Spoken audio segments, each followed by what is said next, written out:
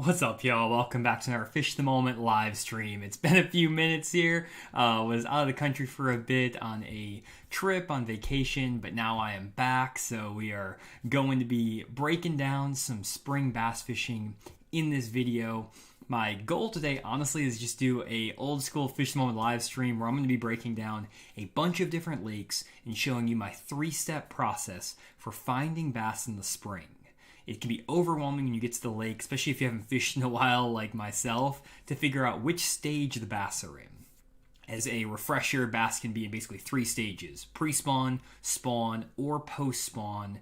During the springtime, I'm going to break down what all those things mean, how we can determine which stage of the spawn the bass are in using my 3-step process, and show you on a variety of lake types from lowland reservoirs, highland reservoirs, river systems, northern lakes, everything in between. So we're going to be breaking down all kinds of good stuff in this live stream.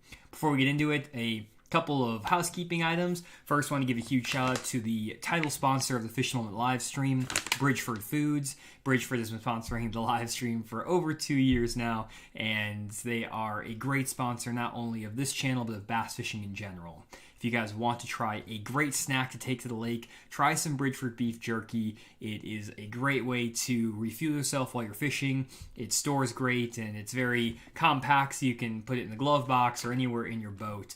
And I've been eating Bridgeford beef jerky now for 2 years and still not tired of it because it's the softest beef jerky on the market. It doesn't tear up your teeth or make your jaw sore by eating it. It's super tender and it's just a great snack on the lake. So definitely try some Bridgeford beef jerky next time you're at your Walmarts, dollar stores, or gas stations. You can find it there. Thanks. Shout out again to Bridgeford for sponsoring the Fish Moment live stream. Always great to have them as a sponsor. Another thing I wanted to call out before we jump into the stream is I wanted to give you guys an update on the Deep Dive app.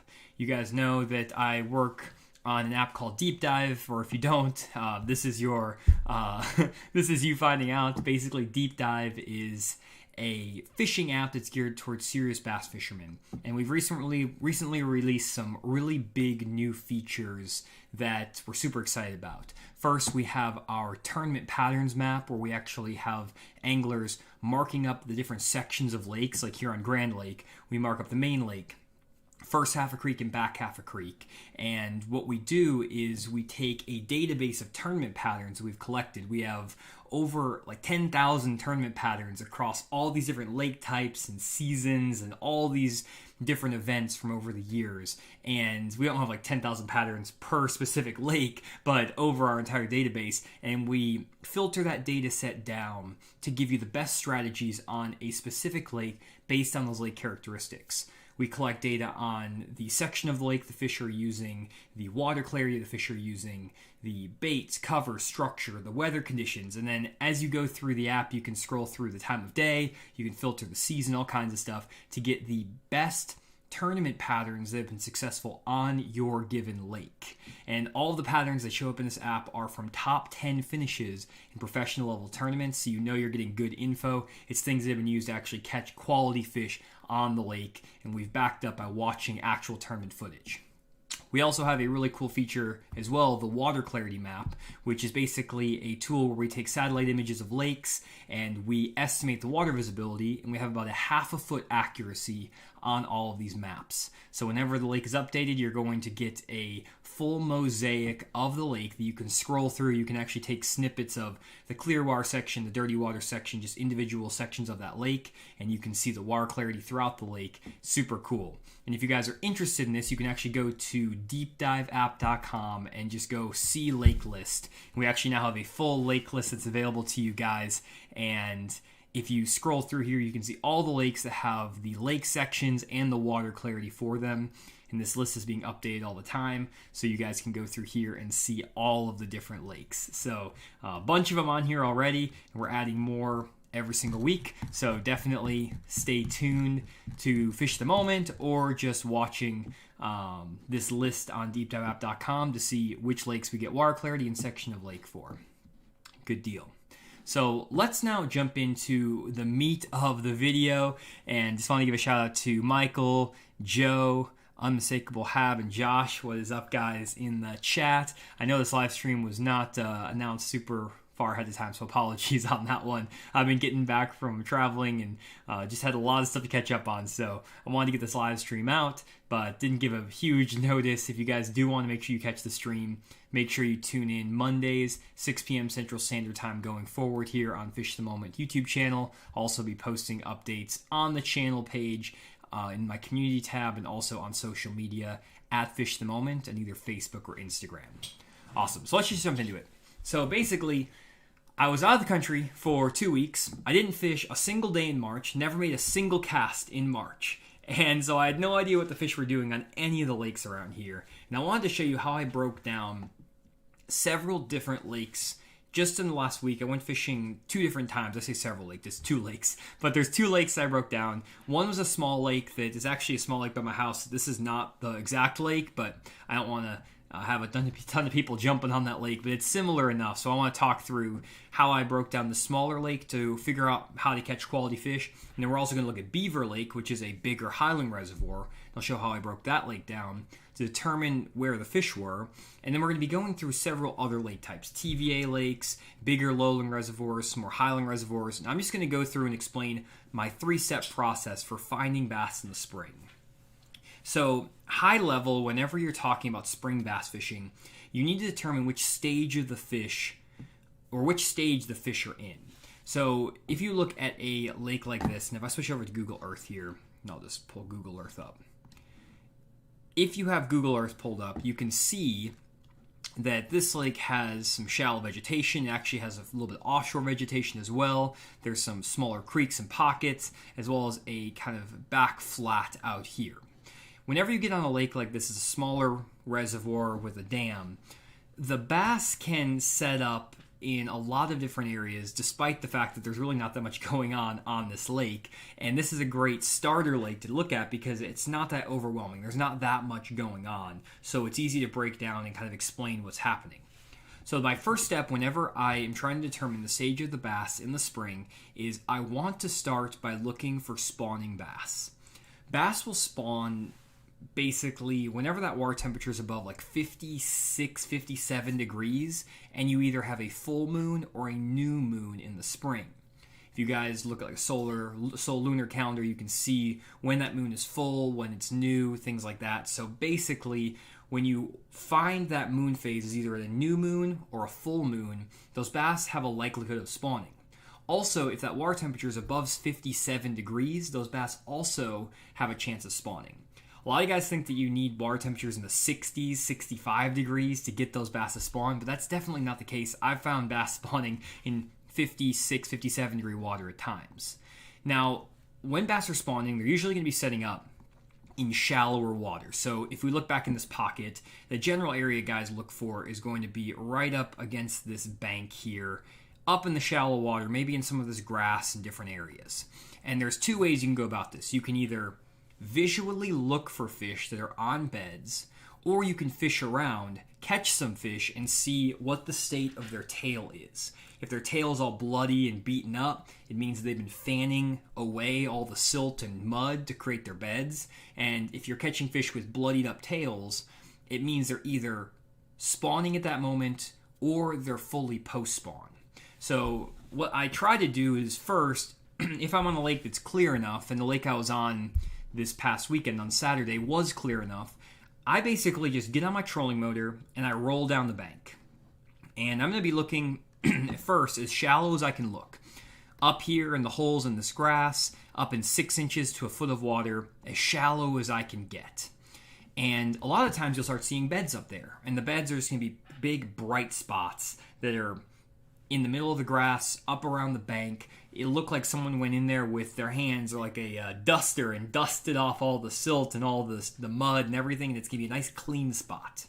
And a lot of times, that's all you need to do. You need to go around and just look for beds, really close up shallow, and you'll start seeing beds, and sometimes you'll start seeing bass in the beds. Now, there's a couple of scenarios that happen here. One, you're either going to see smaller bass, which are called male bass, that are in the beds. You're going to find female bass, which are the bigger bass, along with the male bass. So you'll see 2 bass in a bed. Sometimes you'll even see 3 or 4 bass sitting around a single bed. And that is a really good indicator that the bass are either about to spawn, are spawning, or about to be done spawning. Now, there's a few nuances that I want to get into, and I say this is a 3-step process. There's a lot going on here, so I'm going to kind of try to keep it as simple as I can. But within spawning bass, there's actual stages of those bass spawning. So, for example, there's the bass that will move into a pocket and set up on a bed, let's say right here, and they will be there, let's say, right when the full moon hits and that water temperature is 57, 58 degrees. And what you'll find is that some fish will move up and start making these beds right then. Usually, though, those are the male bass. The male bass will come in and they will prepare the bed. They'll be fanning the bed. They'll be getting everything ready. And this will happen usually about a week before the bigger bass, the female bass, move in to actually use those beds. So when I got to the lake on Saturday, I started seeing beds all over the place. Now, the difference with this lake I was on is that because you had like 3 to 4 foot of visibility, the beds weren't way up here shallow. Like they weren't up in this grass up here in 6 inches of water. Actually, a lot of the beds were deeper. They were out here, just basically out of view, barely visible in like 3 to 6 feet of water. And what you'll find is the clearer the water, the deeper the fish will make their beds. And a lot of times on lakes like the Tennessee River and places like that, which we'll get into, fish will make their beds out in open water in the middle of the lake on big bars and reefs and flats. And you won't think about those fish spawning out literally like in the middle of the lake, but they will. So in this situation, a lot of the fish, because we had 3 to 4 foot of visibility, they were making their beds further out away from the bank. Now, if you get 5, 6, 7 feet of visibility, those fish can make their beds as deep as 20 feet deep. And we'll talk about that on Beaver Lake when we get over to a deeper, clearer lake. But in this case, we had several beds that were being created in, let's say, 3 to 6 feet of water on the lake I was on. As soon as I started seeing those beds, I noticed that there were lots of small male bass that were using these beds and were swimming away as soon as my bait landed in the water above the bed. They would just shoot off and take off. Usually this is not a great sign that those fish are going to be catchable, and a lot of times when those bass are just starting to make their beds, they'll be very spooky, even the male bass. They won't be super catchable, and it's hard for them to commit to a bait or get them to commit to a bait. Now, as the temperature warms up here, let's say over the next 3, 4, 5 days, there's a pretty good chance that those male bass are going to not spook as easily, and they're going to start locking down on these beds a little bit harder. They're going to be right on the bed. You're going to see them on that bed, and they're not going to try to leave. Now, they're not necessarily going to be sitting there all the time, but they'll definitely be in that general area, and they won't spook nearly as easily. And that's because the females are about to make their way up. So the male bass, when there's just a male there, they will start to really lock down closer to those beds when those females are about to arrive. Then, once the water temperatures are right, the moon phase is right, the water level is right, all these things, those females will move up onto the beds, and then they'll lock down and they'll start their love making, basically. They'll start making the eggs, doing all that stuff. And in that situation, a lot of times, those fish are really tough to catch. They're almost impossible to catch at times. Right when they start making their eggs, laying their eggs, stuff like that, they're not really going to be eating. They're basically just in the process of laying their eggs. That's all they're worried about. Then you have the next stage, and there's a lot going on here, but then there's the next stage where the bass have laid their eggs, and now they're there protecting the eggs. And what will happen is that you'll have a small little spot within these beds, where the bass will have laid the eggs, and that's where the female and the male are very protective, and that's when you see guys actually bed fishing. They're flipping their creature baits, things like that, trying to find that spot within the spot to get these fish to actually eat. I'm not a bed fishing expert, to be honest, so I'm not going to get into super details about all of this. There's a lot of guys who are a lot better than I am at this. I'm just giving you the basics of it, but that's generally the idea. Then after a while, the females are going to leave the beds. Some of them will stick around and guard the fry after the eggs hatch. Some of them are going to move back offshore. A lot of the male bass will stay up shallow for a while, and then they'll move out. So that's kind of the spawning cycle. But the spawning cycle, because there's so many little stages and so many little smaller elements people don't realize, it's very easy to disrupt that process. So for example, on the lake that I was on, it seemed like the bass were a little bit touchy because the water level had just dropped about a foot. We haven't had a ton of rain recently, and so that water level was dropping about a foot over the last week. And what happened is that I think the males have moved up and they made those beds, but because that water level was falling, the females didn't really want to push up onto the beds. They were a little bit skittish of actually moving up and getting on the beds, and it made the male bass a little bit skittish as well. So I wasn't seeing a single female up shallow. They were all basically male bass up on the beds. So whenever I see that, my next instinct is to figure out whether the bass are post-spawn or they're pre-spawn. If you see a bunch of male bass around beds, there's really two options: post-spawn, pre-spawn. Well, there's a couple ways that you can determine this. One is just by assuming that if the water temperature is like in the 50s, the fish are still pre-spawn. If the water temperature is in the mid-60s, they're post-spawn. That's not always a good guess or a good assumption to make. So instead, what I like to do is follow my 3-step process, which is step 1, figure out if the bass are spawning and which stage of the spawn are they in, all those different levels I just talked about. Step 2 is to try to figure out if the bass are very post-spawn or very pre-spawn. What I mean by very post-spawn, very pre-spawn is that basically these bass are going to be setting up and laying their eggs and making their beds back in these pockets, maybe in these little coves back in here. And in general, if you have a bunch of beds that are in a pocket like this one, usually the female bass are going to be somewhat close by. They might not be like right off this point right here, but they're probably going to be somewhere in, let's say, a quarter-mile zone around those beds. So you have this bigger zone that's out here. Don't need to do that. So we got a quarter-mile zone that we've highlighted. What I like to do is immediately after determining which stage the fish are in, and let's say we had determined that I think that there's not that many females up on the beds or very few females on the beds. Maybe there are a few, but not that many. I'm going to move as far out to the edge of this zone. So if I had to highlight a zone within a zone, I'm going to focus on this area out here. I'm not really in close proximity to the bank. I'm pretty far out, maybe, let's say, 30 to 50 yards away from the bank. And I'm going to start looking for bass that are still in their early or kind of mid pre-spawn. They're still in like hardcore pre-spawn, or that have already become post-spawn and have spawned out like, let's say, 2 weeks ago and have already moved offshore. There's equal likelihood at times, depending on how the water temperature's been, the moon phases, all that stuff, that you'll find pre-spawn or post-spawn bass out here. I don't like to make any determination until I catch a fish. Once you catch a fish, you can see if it's full of eggs, it's pre-spawn. If it's super skinny and its tail is beat up, it's probably post-spawn.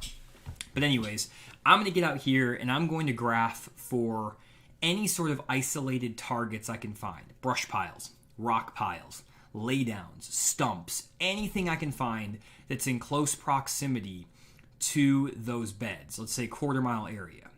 I'm not going to worry so much if I see fish on my electronics. A lot of times you don't even see fish on your electronics in this pre-spawn mode, and that's actually what happened when I was out here on my local lake this past Saturday. I graphed out here and I found several isolated laydowns, brush piles, and little stumps. And what I was doing was pulling up on these areas because I didn't see a lot of fish up on the beds. Water temps were still 57 degrees, so I didn't think they were probably post-spawn. I think they were probably pre-spawn most likely, but I didn't want to assume. So I came out here and I just started casting at isolated targets that were in this radius, but a little bit deeper, let's say 10 to 15 feet of water. I started by throwing a jerkbait around, and I actually had some fish that pulled off the bottom and started following my jerkbait. Couldn't get him to bite, so then I switched over to a shaky head, threw a shaky head down there, and then ended up catching a 4.5 pounder, 3.5 pounder, another 3.5 pounder, a 2.5 pounder, and I broke off one really good one. So this is all in like 2.5, 3 hours of fishing, and it was all on these isolated little pieces of nothing, basically little stumps, tiny pieces of brush. If I'll show you kind of on another lake that's over here that has really good historical imagery, I'll kind of give you an idea of like what I'm talking about. Let me find it. Here we go. is Beaver Lake. If we take the lake down, there's a bunch of good images of this lake. So here's like a big lake here. So let's say that these fish are going to be staging up and they're going to be spawning in this pocket. So we'll take the lake forward. Let's say that the beds we see here, there's beds here and there's another bed here, and you guys get the idea. There's beds kind of in this general zone like this. Then if we take the lake down, we know we need to be within a quarter mile-ish of these. Oh, maybe that was a bad. I need to get some of the other cover. Here we go. So let's say we need to be like in that quarter mile zone like that of the beds. So what are some obvious things that stick out? Let's say we were looking at areas where these fish could pre-spawn. Well, a pretty obvious one is this old, like, whatever this road or ditch or something is here with some stumps. So, like, I would definitely probably fish that. There's some weird little, like, road marker things. Maybe this is brush. I don't really know what that is, but that looks kind of interesting. There's an isolated stick up that's tiny, like a little stump right there. That's potentially interesting. There's a piece of brush right there. That's potentially interesting. Another stump right there. And these are little tiny objects. I think a lot of guys get caught up on trying to fish big objects in the pre-spawn. You don't need anything big. This is like a bigger brush pile right there that probably could hold multiple fish. But a lot of times your bigger fish are just going to be on these isolated little stumps, just pieces of nothing. And I'll throw jerk baits around on them, shaky heads, jigs, drag a Carolina rig around, depending on what I want to do. So if we look at this, within this zone, there's also this really nice like levee thing that is very obvious, but there probably could be some pre-spawn bass on that. So let's say we got that. So in this zone, we know there's beds here. We know there's bass here. We've seen them. We've seen the male bass up there. What I'm going to do is I'm just going to focus on hitting all of these isolated targets within this quarter mile of the beds. Boom. Hit all those areas. Not worry if I'm seeing a ton of fish on the graph or not. Just a lot of times those fish will get super tight to these objects right on the bottom. So I will throw out, again, a bait that targets those little isolated areas, and usually you'll catch those fish. Now, let's assume that there's no beds out there. For whatever reason, there's just not any beds on this area. And that is possible. There's a possibility that there's no beds up there, so if we take away the beds. In that situation, I'm still going to be checking these exact same areas I saw here, but I also might be looking at areas a little bit deeper. So I might focus a little bit more on like this zone out here if I see no beds, because that means those fish are probably still pretty fully into their pre-spawn. They're not going to be pushed up in that, let's say, 8 to 12 foot range. They might still be in that like 12 to 20 foot range. So I might expand my search to look a little bit deeper out here, but also still check out some of these few areas I marked up. And basically just try to figure out a depth range the fish are in, fish those isolated pieces of cover, and as soon as I start seeing a good number of fish, like let's say I see a fish every other piece of cover, I know I'm in a good area. Now, because you don't see the beds in this scenario, there's no guarantee that there's going to be bass in this pocket. They may be in this little drain thing, or they might be in this area, or they could be over here. So you may have to kind of check a few different areas before you determine the one that's good. But usually if you get into like a pocket or a cove or something like this, and then just work out in front of this, usually there's going to be at least some bass in this area, and you just need to find those isolated targets. This has a ton of stumps. Like I've actually caught a bunch of fish right here over the years on this exact little deal. All these little isolated stumps, I've caught some big ones there. Anyway, so that is kind of the deal. If we go back over to the other lake though, let's say that you've now determined that the fish are post-spawn or pre-spawn, and you caught all those fish, you're doing great, awesome. Let's assume though that you get out here. Go back to this example. Let's say that we get out here and we don't catch any fish further out. They're not out here in this pre-spawn mode, but they're not really up on the beds. You don't see a ton of bass up here. Well, usually what that means is that the bass are making their way from these deeper pre-spawn areas to the beds. They're making a beeline that way. So that is what's happening. And those bass are somewhere in between this zone and the beds. This is one of the hardest times to catch these fish because usually they're on the move. They're making their way from these pre-spawn areas up to these spawning areas. And there are times when you can catch those fish in the in-between zones, but it's a little bit tricky. And so I'm going to talk about when you can catch those fish in this in-between. This is step 3 of the process. So step 1, go to the bank, see if you can see any beds. Step 2, find those pre-spawn areas that are a quarter-mile radius, 10 to 15 feet of water, look for the isolated targets. If you can't find them up on the beds and you can't find them in 10 to 15 feet of water pre-spawn, they're probably on the move making their way up to these spawning places. Now, on certain lakes, there's ways to handle this depending on the characteristics of the lake, which we're going to talk about.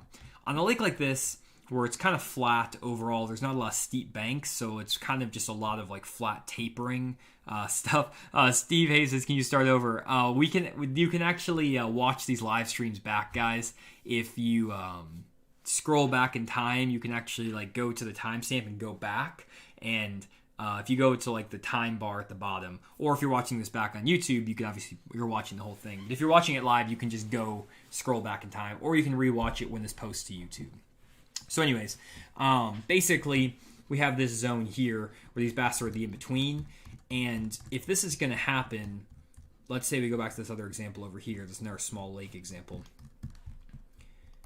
And we have those same beds. And we're not seeing a lot of pre-spawn fish further out here, but they're not up on the beds. Usually what this means is these bass are making their way to these beds, but they're just hanging just a little bit off the bank. And what you need to find is something that's kind of in this zone here, that 5 to 8 foot zone. Between the pre-spawn areas that are in 10 to 12 foot, if I kind of take the lake up, you can kind of see what I'm talking about. These are the pre-spawn zones here, all the markers. This is the in-between, like no man's land, and then there's the beds. When those fish are in no man's land, you need to find some type of cover that those fish can relate to in no man's land. And that's not going to happen everywhere. So your areas are going to have to be kind of specific. So like in this specific example, I probably wouldn't pick this creek to fish because between my pre-spawn spots and the beds, there's not a lot of cover for these fish to get on. There's like one stump over here, but that's it. So that's not a great sign for me that I'm going to be able to find those fish as they're moving. So even though there's beds here and there's pre-spawn areas here, I'm going to ignore this spot because there's not much going on in no man's land. Now if we come over here to this spot, this might be a little bit different. So let's say that you're in this creek and the beds are setting up here and here and here and here. I know I'm drawing these things weird, but you guys can get the idea. That's where our beds are. Maybe the pre-spawn fish are going to be on like this little stump deal. Maybe they're on this little brush pile out here. Maybe they're on this stump out here. And then we have a little pond levee that they're setting up on right there. So let's say those are your pre-spawn spots. If we draw our circle around these, like this, we have our pre-spawn areas. We also have our no man's land right here. That's no man's land. That's when those fish are moving from the pre-spawn up to the beds to spawn. When that's happening, you need to find areas where there's cover out in no man's land. In this situation, we have all these little stumps, which look awesome. They're in like 3 to 5 foot of water. These are completely overlooked by guys, and I catch a ton of big pre-spawn bass, or like bass that are just about to get on the beds, on these like isolated stumps just out in front of these areas. Now to find these, you're probably going to have to use either side imaging, you're going to have to use Google Earth like this, or you're going to have to use your like 360 imaging, live scope perspective mode. There's a lot of ways to do this. I used to just graph this with side imaging. That's how I would find all this stuff. So it's not that big of a deal. But basically what you have now is if we take the lake back up, you have the beds up in here. you have your areas that are in you have your no man's land stuff, and then you have your pre-spawn areas. So pre-spawn, no man's land, beds. This is the situation when probably there's like a 3 or 4 day window when you won't find those big females out here pre-spawn. You won't find them up on the beds. You'll find them in this no man's land. And that's kind of how you can catch those fish, or where you're going to find them.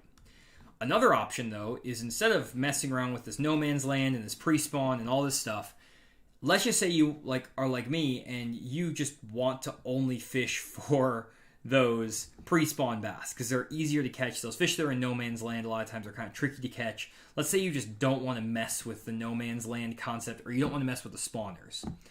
You can a lot of times target fish that are either pre-spawn or post-spawn and never mess with the spawning bass whatsoever. And that's kind of what I was doing on Beaver Lake. So I'm going to take you guys over to Beaver Lake, and I'm going to show you guys a deal there. Now, Beaver is a little bit weird right now because the fish are in kind of different stages. But right now, it kind of depends on where you are on the lake. But let's say you're up... I don't know why I'm changing this. Let's say you're on Beaver Lake. Beaver Lake is a lot bigger than the lakes I just showed you. Beaver Lake is a big lake. So right now on Beaver Lake, you can catch fish in a couple different ways. If you go towards the dam, this is where you have like 10 foot of water visibility, super clear water. You can find bass that are spawning right now on Beaver Lake, or just about to get ready to spawn, or they might be in that no man's land, or they're about to spawn, all over the lower end of the lake, but they're spawning really deep. These are smallmouth they're actually spawning, and they're spawning in like 10 to 20 feet of water. What they're getting on, basically, if I switch over to a Navionics map, and I'll go over to Beaver. So I'll come over here. Let's see here. Boom. Beaver. What they're spawning on are all of these rounded secondary points. This rounded point right here, rounded point right here. A lot of these points just have pea gravel on them. If I switch back over to Google Earth, I'll show you what these points look like on Google Earth. And they're kind of more like main lake areas. One second, I'm just pulling up a historical image. Give me a second. Here we go. So if we go here, you can see that these are just like pea gravel rounded points. That's where a lot of these bass are spawning. And they're laying their eggs like out here in 10 to 15 feet of water, which is pretty crazy. Because that water is so clear, 8 to 10 foot of visibility on Beaver Lake on the lower end. And these smallmouth, they're going to spawn when that water temperature is a little bit colder. 55 to 58 degrees is when those smallmouth start spawning. So you're going to find that there are spawning bass, spawning smallmouth on Beaver right now, or about to be, on these long gravel points, spawning like this and making beds out here deep. Guys can catch them like that. You can catch some good ones doing it. Not really my style, though. I don't like fishing for spawning fish in general, and I also do not like fishing for spawning bass that are in 20 foot of water. I don't want to get a flogger out and do all that stuff. I've done it before, but it's not my favorite way of doing it. So instead, what I decided to do is head to a different part of the lake, and I ran further up the river. Now, up the river, because we've had some colder temperatures recently, we've had some colder, muddier water, this area of the lake, water temperatures were 54, 55 degrees, and the bass were definitely in that solid pre-spawn mode. They weren't spawning yet, there weren't beds going on, and just by going from the lower end of the lake up here to the midsection of the lake here, the lake is kind of weird. Beaver's weird because the north end is the dam and the river is on the south. It's like a flipped lake, if you guys are used to it. Normally the dams are on the southern end. So the clear water, the lower end, the dam section is up here, up top. And because there's smallmouth, there's bass spawning there. Usually there's not spawning bass on these clear sections of the lake if there's largemouth or spotted bass. Those largemouth and spotted bass will probably usually spawn later down by the dam. But because there's smallmouth spawn sooner. It's kind of a weird deal. But anyways, so I got down to this section of the lake, and I'm going to post a video this Friday, actually, from this fishing trip, and I got into the back of these creeks, and I was trying to determine where the bass are in this creek. And this creek sets up a lot different from the areas I was just showing you. The last, basically, deal I was showing you, the lake I was on, was a very flat lake. the lake had basically flatter banks, not a lot going on in terms of like contours. It's not a very steep lake. Beaver, on the other hand, is a highland reservoir, and all these banks are super steep. They go from, a foot of water to 30 foot of water within half a cast off the bank. So these bass don't really set up away from the shore. They're not setting up out here out in the open like I was showing earlier, a half a cast or 3-4 cast lengths away from the bank. Instead, these bass will pre-spawn right up against the banks. Now, there are some bass that pre-spawn in the flatter areas. If we go like down to, let's say, one of these creeks down here, this is more similar to what I was showing you earlier, where you have these like flatter pockets that go from a foot to 20 foot of water over 100 yards. This is more similar to what I was mentioning with the small lakes, and you can catch fish offshore pre-spawn in areas like this on Beaver. But in the creeks I was in specifically, we had really steep banks, and those fish were pre-spawning right up against the bank. They were basically setting up on channel swing banks, and that's kind of where they set up in general. Now, I didn't know what stage of the fish were in when I got to Beaver. I didn't know if they were going to be spawning and all up in the bank here. I didn't know if they were going to be on the steeper banks. I didn't know if they were going to be in their winter patterns, which is just sitting out here in the middle of the creek chasing bait fish. Well, the first thing I did when I got there is I followed my steps. Step 1, are the bass spawning? Well, the issue with Beaver right now is you have really dirty water, you have shallow water, and the dirty shallow water is compounded by the fact that the lake is 9 feet high.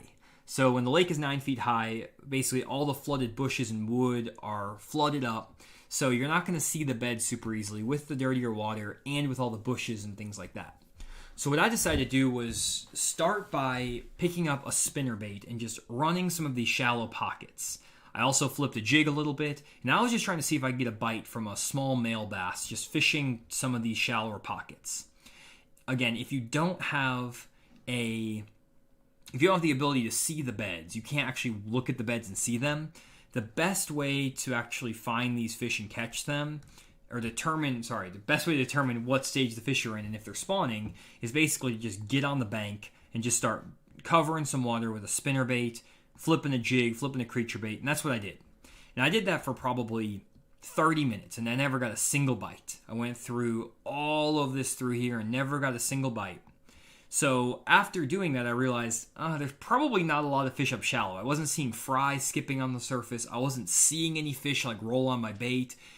There's no sign of life up here in the real shallow water back in the pockets. So then I rounded this corner and I got to this channel sing wall.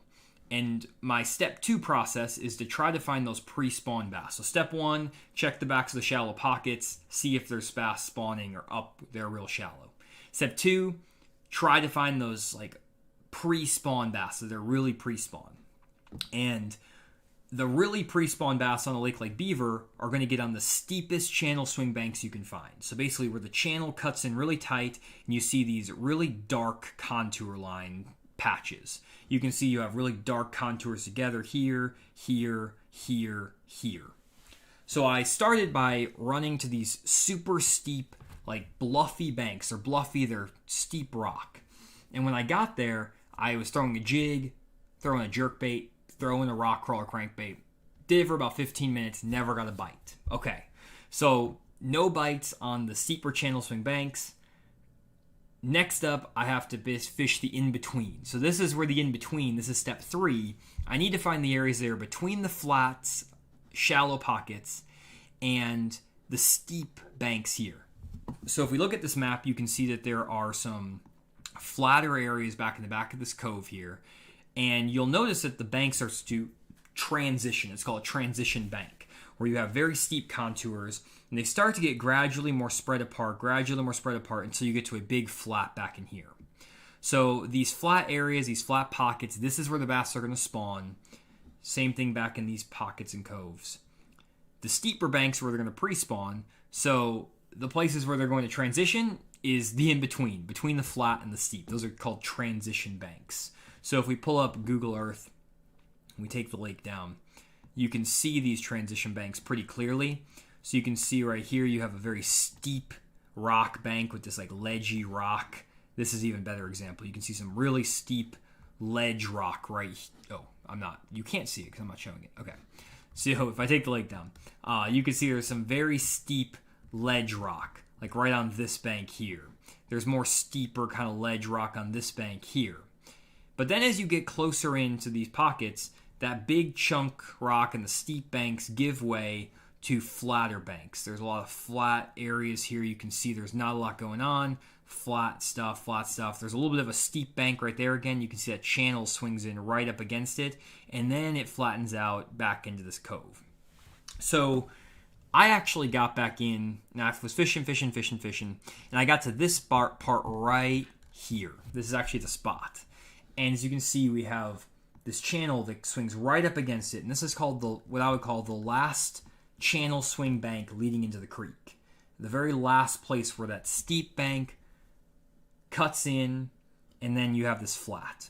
And I got my bite where I caught my fish. It was like a 2 1/4 pounder right here. There was a laydown that was flooded up, and I got my bite right on that transition where you see all that rock, and then it basically flattened out to pea gravel. So in the course of an hour, I basically fished these flat pockets with just shallow flooded bushes and timber. I fished these steeper channel swing banks to see if the fish were pre-spawn. And then I made my way to fish some of these last transition banks where it's the last bit of steep water right before you get onto the flats. And that's where the fish were. It only took me 1 hour to break this all down. I spent 20-30 minutes up in these shallow pockets, 15-20 minutes on these channel banks, and like 3 minutes on this transition bank, and I caught a fish. So my next step is, okay, I caught a fish here. I now need to replicate this. So what I did is I made my way back into this other creek down the way, and I looked for something very similar. Where is a place where you have a steep bank that transitions into a flatter bank? And that would be right in here. You can see that that bank is very steep, and then over here it's much flatter. There's a lot of flat stuff going on in here. And so I got my second bite right here.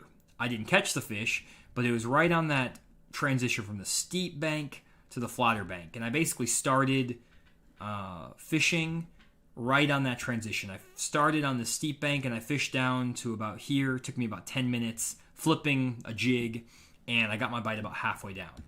So now I've determined that there's a fish on this channel swing, the last channel swing into the creek, on this kind of transition from steep to flat. So then I ran across the lake and I tried to find something again very similar, and I got to this bank. This is a very similar bank to what we just showed. You can see it has steep rock transitioning into a flatter area here, and I literally caught a 4 1/2 pounder right there. And it was that transition from steep to flat, and those fish were in that transition mode. They weren't on these steeper channel swing banks where they would get in the pre-spawn. They weren't suspended out here in the middle. I wasn't seeing any fish on my electronics or on my live scope or anything. They were right on that transition, and that's how I dialed in those fish on beaver. Different approach, but same 3 steps. Step 1, check the shallow pockets. Step 2, check the solid pre-spawn areas, the steeper banks. Step 3, fish the transition, and I caught them in the transition.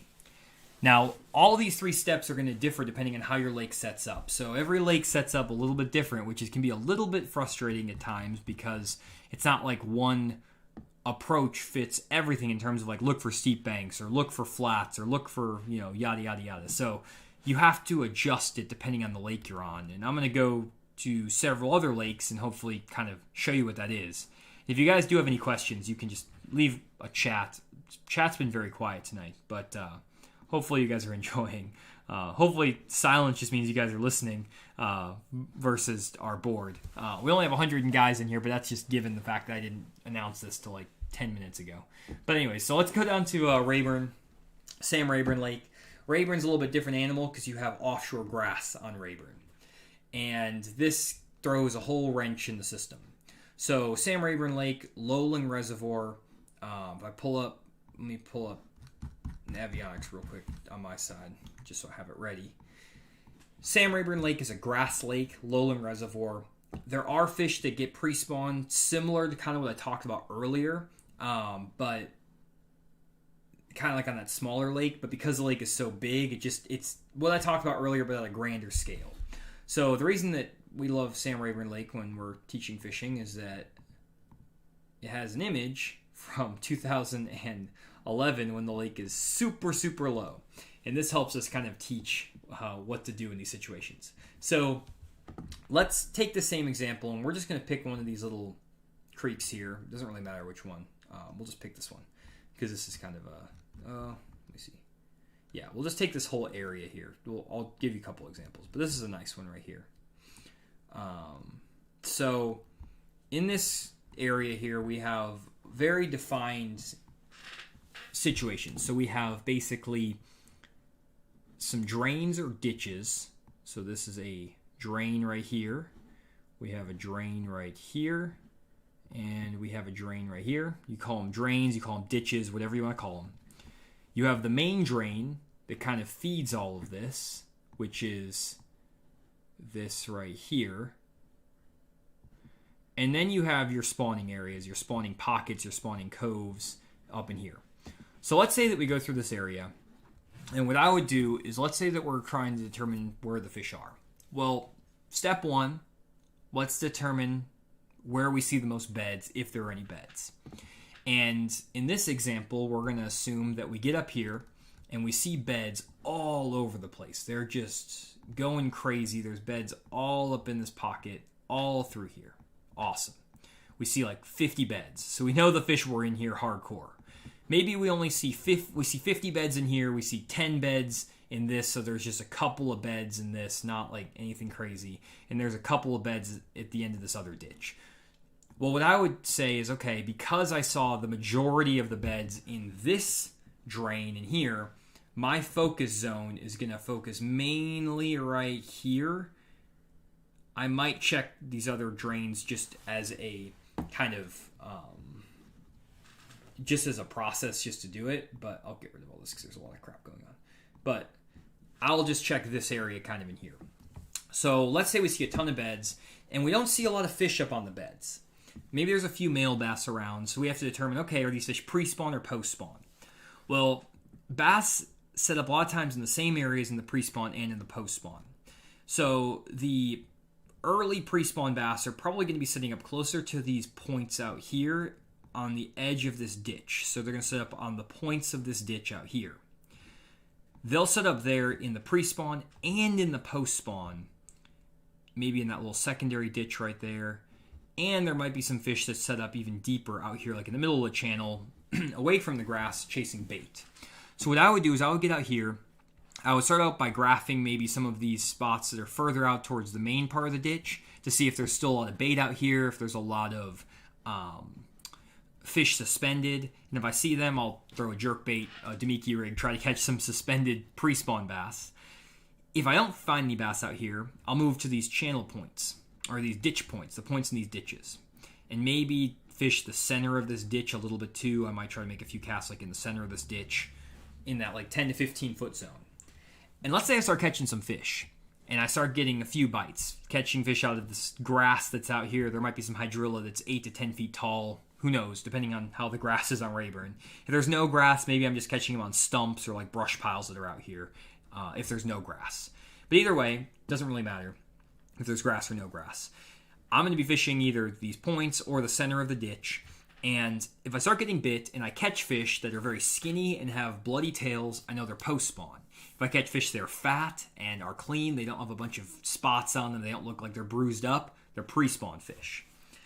If I don't catch anything here and there's nothing going on, I'm going to fish this in-between zone. And the in-between zone on these lakes like Rayburn are going to be these drains and these ditches where there's grass.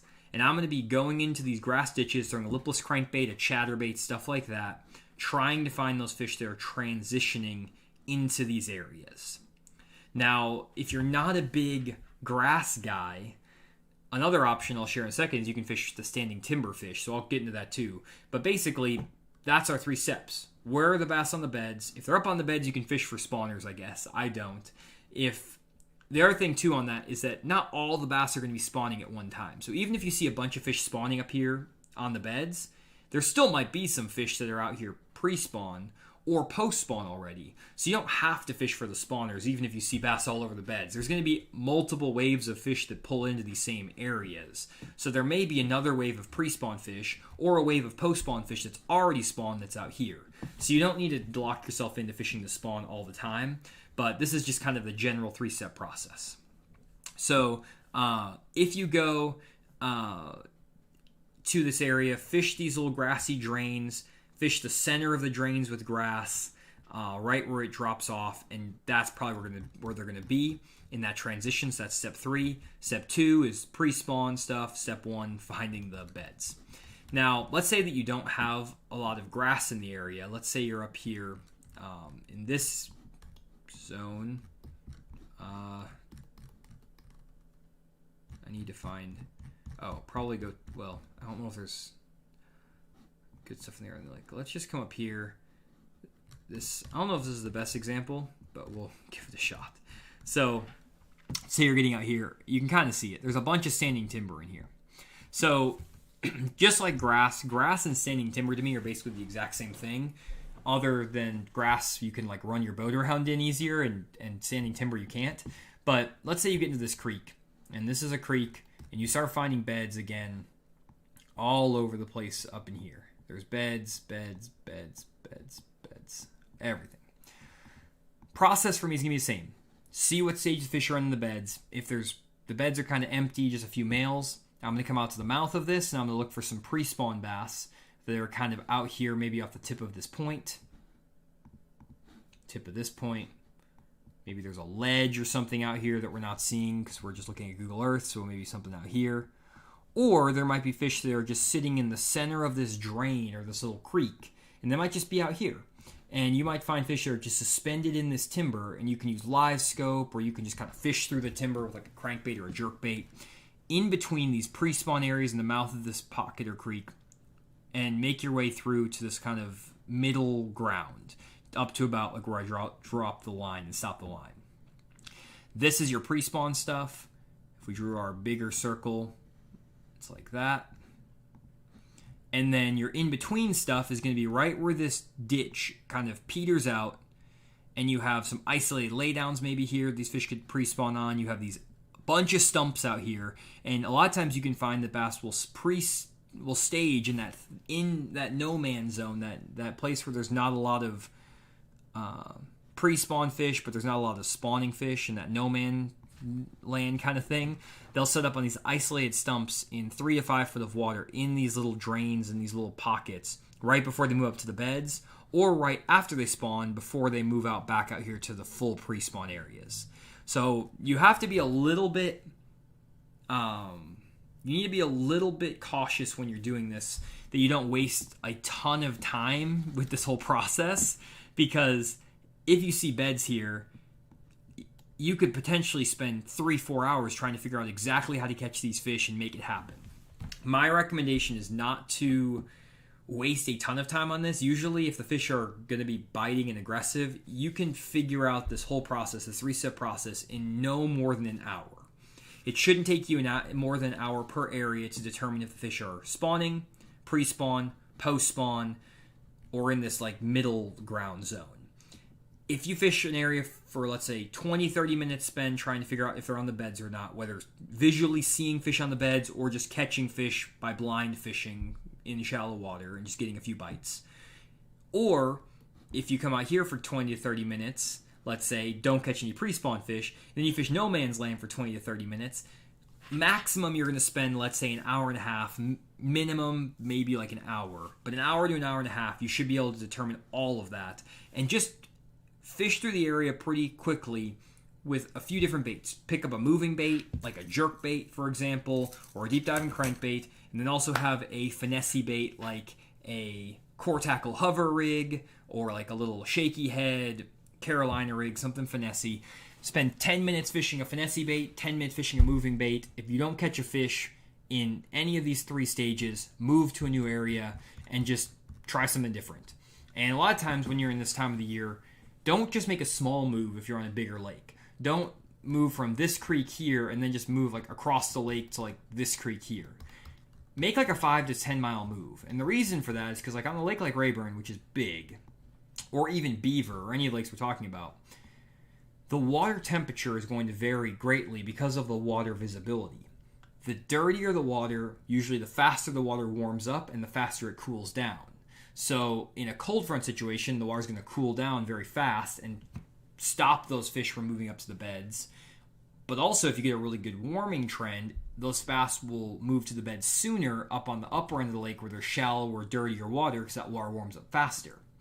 Same thing on the lower end. Because the water's deeper and clearer, not a great example in that image, but deeper and clearer, like down here, the water's going to warm up slower and cool down slower. So when there's a big cold front, those fish might not be as affected, and they might just keep spawning or keep their stage going.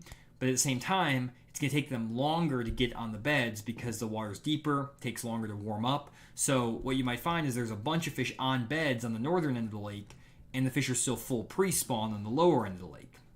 Same time, you might find the bass are full on spawn on the lower end of the lake, and they're very much post-spawn on the upper end of the lake.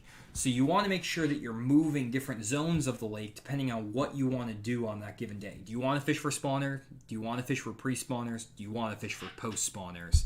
Because they can be all over the place. Now, BJ says, let's talk about Greer's Ferry, what stage you might be in this weekend. All you got to do, BJ, is follow the steps I talked about, those 3-step process. So, it doesn't really matter which lake we're on. Any lake, you can follow that 3-step process and you just go. So if I go over to, let's say, Greer's Ferry, I'm not going to be able to tell you what stage the fish are in. If you're down here in Cove Creek area, I mean, the fish could be pre-spawn, spawn, post-spawn. If you're up here, up some of these major creek arms, they're going to be different. If you're up here, up the, I think it's Iron Forks or Wolf, I don't know what the rivers are anymore. I have fish Greers forever.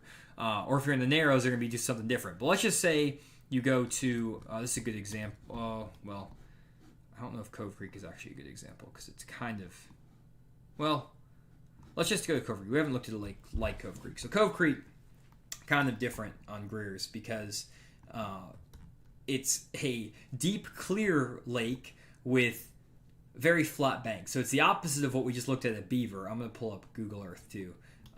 It's the opposite of what we looked at Beaver, this like Cove Creek area, because it's very flat, but it's very clear and deep. And the process is going to be different actually on different parts of Greer's Ferry, given the fact that you have different lake layouts. So for example, if we go down to Cove Creek and we go down to, let's say, like this area in here, you might find that because there's a lot of smallmouth in this part of the lake, that a lot of the smallmouth are going to be spawning potentially on these flatter, rounded gravel points through here. They might be spawning in the mouth of this pocket kind of out here, or they could just be spawning out here in like 15 to 20 foot of water, just kind of around in this area. But if they're not spawning, where are those smallmouth going to be pre-spawn? Usually they're going to be off some of these major points, these more rounded kind of main lake points, and they're going to set up on rocky veins. So you're going to have isolated rock piles out here in 10 to 25 feet of water, usually 25, more like 25 foot of water than 10 foot, but there's going to be like bigger rocky veins and rock piles, and you're going to be able to find some fish out in there. But then there could be fish that are already spawning, so especially because they're pretty good chance they could be spawning, and they might be up here in that 8 to 15 foot already making their beds. Or you might find that the bass are post-spawn, and they're already grouped up offshore on those same rock piles where they pre-spawned. Same issue then, so the way I would break that down is just go up onto these bigger 8 to 12 foot areas, drag around a little Demiki or drag around a little Ned rig or a tube or something in that 8 to 15 foot, see if you can catch any smallmouth that are still fat and have bloodied up tails, or use a flogger, one of the big, like, I don't know if you guys know what floggers are, but I don't even know what they call them. Flogger? This flogger, you can use this to stick your head in the water and see those smallmouth and see the beds. I don't like doing that, but some people do. And if you don't see any bass on beds or not catching any, move out deeper to those rocky areas. You're either going to find pre-spawn or post-spawners, or they might just be on the in-between, which you might be able to catch them just like fishing a swim bait around and just kind of fishing in that like 10 to 12, 15 foot zone, just kind of fan casting a swim bait. Now, if you go up north on Greers Ferry, completely different deal, because you have, if we take a look at Google Earth, you have completely different looks to the lake. So lower end down here is deep, clear, smallmouth. Upper end of the lake, you got dirty water, you have channel swing banks, kind of like we were showing on Beaver. So like, let's say we go into this creek here, you can see that we have some, here we go. Trying to find one that's not like covered up with shadows so we can see what's happening. Whatever. You have timber here, you have channel swing banks with steeper banks, and you have the flatter banks. So in these situations, you would basically do the exact same thing we talked about. I'm scrolling all over the place here. There we go. So we have the same thing we talked about on Beaver. Step one, go into the shallow pockets, the shallow coves, see if there's fish up there on the beds, maybe if they're flooded bushes or whatever, go flip around, throw a wacky rig, see if there's some spawners up there. If not, go to the steepest channel banks you can find in these creeks and on these secondary points and look for pre-spawn fish. And then if not, fish the in-between transition banks, because that's where you're going to find those fish if they're not spawning and they're not in the pre-spawn. So there's two different ways you would have to handle it, depending on if you're on a steep lake or steep part of the lake or a flatter part of the lake on a Greers. Now let's go to TVA. TVA lakes are very different in the sense that, let's say you're on Pickwick, for example. On Pickwick, where am I? Pickwick.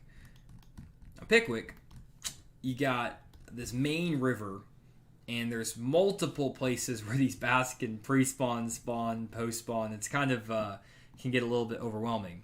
So let's say that we're down on the dam area down here. So I'll just give you 3 examples on the TVA where it gets confusing. So step one is, let's say we fish down by the dam, and you have to fish the spillway. Well, usually there's going to be really good pre-spawn smallmouth. They're setting up on rock piles that are in the current in 10 to 15, maybe 20 foot of water, all out here in front of the dam, kind of in this zone in here. And you can find a bunch of pre-spawn smallmouth and largemouth using the spillway to ambush, using the water and water's being released to ambush shad and things like that to get pushed over these boulders and rocks. But after they get done feeding up, they want to find areas protected from all of this spillway stuff. So they're going to actually move over into this area, and they're going to spawn in this big open flat. And there's boulders and rocks and stuff out here, and a lot of these smallmouth will spawn like out here, like in the middle, like literally out here in 10, 7 to 10 foot of water at times, depending on the water visibility. And they'll be all the way out here, and you're going to find spawning smallmouth here. So in a Pickwick situation, you may need to check to see if the bass are spawning on this flat up here. And if they're not, you're going to want to check if they're pre-spawn out here on these boulders out here in front of the dam. And if they're not in either of those places, they're probably somewhere in between, making their transition from this current area to the spawning area. And they're somewhere in this kind of no man's land we talked about, maybe on isolated boulders or all kinds of stuff. Option 2, you want to fish some of the backwaters. Okay, we got the backwaters back in here. So these areas are where some of the fish will spawn back in some of these like backwater areas back in here. Depending on the water level, obviously, they might be able to get in some of these little ponds and spawn. The water level fluctuates a lot, so it can get kind of tricky. Or they might be all the way up here in some of these cypress trees and stuff back in here. Now, some of the fish will be resident fish that just live back in there, but there's other fish that will just move out of this main river and out of this main current, move into these areas, spawn. So they're going to spawn like all up in here. And then they're going to migrate like this. And then they're going to pre-spawn here. So they'll be on these main river bars, these main river grass places that stick out in the river. There's like a little grassy point that might stick out here. There might be a little shell bed that's setting up on a flat out here. There might be, a ledge that they set up on out here. There's a bunch of places they can be. But they might pre-spawn here, spawn here, and they might make their way here. Another option is that you go up more towards the mid part of the lake up here, and there's actually smallmouth that will spawn. If we go over to, and hopefully this is not overwhelming, guys. I'm just showing you all the different variations of this because there's so much that could be happening. If you go up to Florence, we go to here, there are actual smallmouth that will spawn like up on top of these ridges and shoals and humps out here in the middle of the lake, and they will spawn in little depressions out here on the main lake. And you can catch big smallmouth. They'll spawn out here on this stuff. If we move, I don't know if that's exactly the spot they'll spawn, but they'll spawn on like these ridges and stuff out here. Maybe some of this stuff here. These shallow bars. And it seems crazy that these smallmouth will spawn out here 2 to 5 foot of water out here on the main river. But they will. And they'll pre-spawn on these like ledges and channel points and stuff like that. Maybe sit on the channel and stuff like that. And then they'll spawn on these giant flats out here. They're like pea gravel. There's little depressions and dips out in here where they'll lay their eggs. And those smallmouth will actually spawn out on the main river. So you'll have spawning fish out here. You have spawning fish back in these spawning bays. You have spawning fish that are back in these like little creeks back in here, like normal largemouth and stuff. They'll spawn back in these like little backwater bays and back in here out of the current. And you have smallmouth that will spawn, and even largemouth they'll spawn back up in this sort of stuff in here. So all these areas, what I'm trying to get at, guys, is there's this spawn and post-spawn and pre-spawn stuff can get kind of complicated, because there's a lot of different lake types and there's a lot of different stuff that you're having to deal with. My recommendation by far is to start by finding out the areas that the bass spawn on your lake. Ask locals, ask friends, ask people, where do the bass spawn? Where are most of the spawning fish caught? Once you figure out where those areas are, and you know, okay, I know in general the bass spawn in these types of areas, then what I would do is I would do what we did earlier, which is not that. Where do we go? Here we go. Draw a circle around that area, quarter mile around where you know the bass spawn. Oh, I'm not showing what I'm showing. Find a quarter mile within where those bass spawn. Check for the spawners first, step 1. Step 2, find the pre-spawners out here, and check the outer reaches of that circle you made. And step 3 is check no man's land in between the outer area and the beds. You're going to find bass. You're going to kind of have to do process elimination, try a bunch of different baits, a bunch of different types of cover and structure, and eventually you're going to end up catching them. So hopefully that all makes sense. And there are questions, can I apply this approach to my lakes in Arizona? 100%. You know, any lake, if you're wondering, does this stuff apply? This applies to every lake universally. Bass all spawn.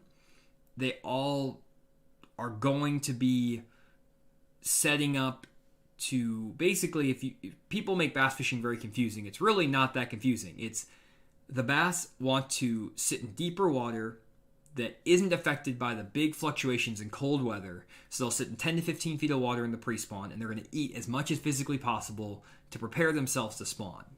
Once they actually start spawning, they're going to be up on the beds for like a week or two. They're going to use up a ton of energy, and then after they get done spawning, they're going to move off the beds, and they're going to get back out into the same areas in that 10 to 15 foot of water to recover, feed up, and regain all that energy by eating as much food as they possibly can. Now, sometimes the shad spawn gets thrown into that, and bass will be feeding on the shad spawn. There's all kinds of other things that happen. There's bluegill spawns. Bass fishing can get very confusing, but at the end of the day, if you just remember the bass need to eat and they need to spawn, basically that will tell you the motivations of a bass on any given day. If you can figure out what the bass are feeding on and where they spawn, you can basically figure out where the bass are going to be year-round. So we're going to try to break it down like I did in this live stream as much as I can. Hopefully it was helpful and not too confusing. Yeah. So David asked a question here. If you find a bass in a specific pattern, will the weather affect that bite? 100%. So like in this situation here, David, I expect that I was catching fish, for example, in like brush piles, maybe out here in 10 to 15 feet of water. And I had my best 5, if I caught the last one I broke off, let's just assume it was a 3-pounder. My best 5, we went like 17 plus pounds. So good day on the lake. Good quality fish. I very much expect that because we've had warm days the last 4 or 5 days, that these bass are going to be leaving these brush piles and they're going to be making a beeline for these beds. Now, on the lake I was fishing, there was like a lot of grass outside, in between. So like in the in-between zone, there's grass in this in-between area in here. There's like a grass line. So what I think these fish are probably going to do is they're probably going to move within the next, like any day now. I fished Saturday, so like any day now they're going to be moving from those brush piles to that outside grass line in like 6-7 foot. Then eventually they're going to make their way from those outside grass lines up onto the beds, maybe within a day or two, maybe 2 to 3 days. It just depends on the moon phase, the lake level, the weather. If it gets really cold, obviously that'll affect it. If the water drops 6 inches to a foot, that might stop them from moving up. On the lake I'm talking about, where I caught those fish this weekend, last year the water rose and fell like 6 different times throughout April. So all the fish were still pre-spawn in May. So all the fish they basically, not all of them, but there's some fish had spawned, but a lot of fish were pre-spawn. And I didn't see any fish up shallow all the way till like the first week of May.